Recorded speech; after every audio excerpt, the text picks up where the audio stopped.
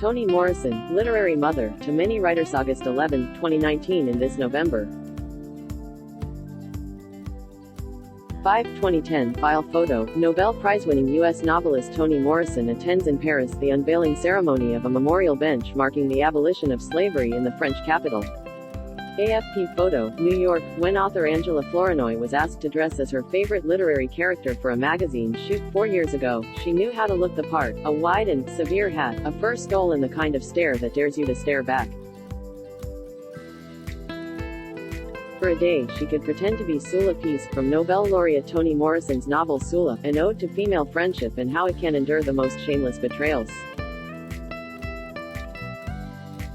The thing that has always drawn me to Sula is that she is extremely complicated, says Flournoy, whose novel Turner House was a National Book Award finalist in 2015. The narrative doesn't make any excuses for her bad behavior, or ever make less worthy. Toni Morrison died last Monday at age 88, leaving behind countless writers for whom her characters were like close acquaintances and her stories like parables to guide them through their own lives. Edwidge Danticat, the prize-winning Haitian-American author, called her a literary mother to generations of writers, especially black women writers like myself. To ask a writer about reading Morrison or how she influenced their work is, in part, to ask why they became writers at all.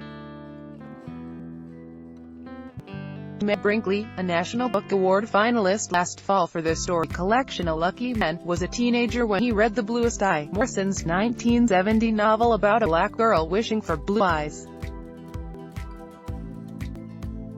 I remember feeling overwhelmed by what the novel had to say about racism, and about notions of beauty and ugliness, he told the Associated Press in a recent email. I felt like I was encountering something I hadn't seen in a written work before, but at the same time so much of the book's sound character felt familiar and affirmative to me, from life.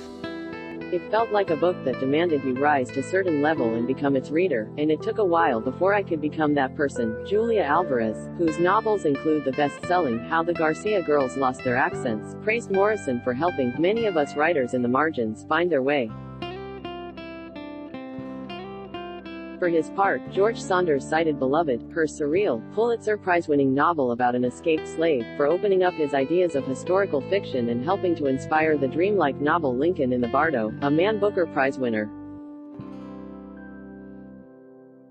There is something about the scale of her work that inspires other writers to think in a more expansive way, he said, adding that she inspires with her incredible language and also the moral ethical intensity of her work. Spencer Rovelin, visual merchandiser for the Strand Bookstore, arranges a display of Toni Morrison books in New York on August 6.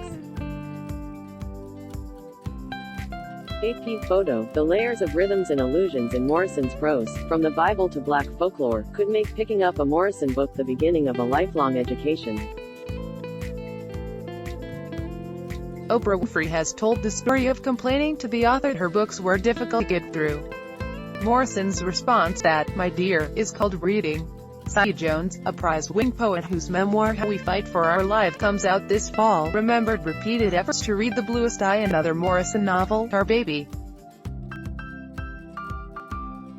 In 10th grade, he managed to finish Sula, a book he had to discover on his own because his school didn't assign any black writers.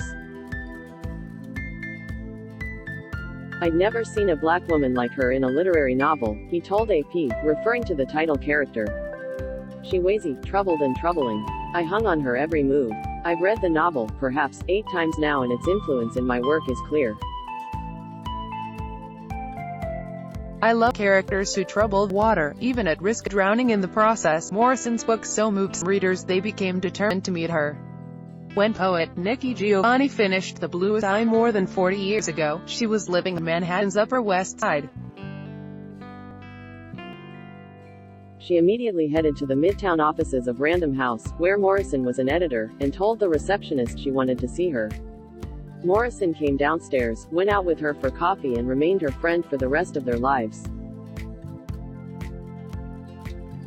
As a writer, she calls Morrison a light, one who inspired her peers to tell their stories and not worry what others said. As a person, she calls her a bench, a source of rest and support. When my mother died, a decade ago, I was incredibly sad. Giovanni told AP. I called Toni and we're talking. I told Toni, I don't know what to do, and she said, girl, you're a writer. Right, and that's what she taught us, that we're writers, let's block ads.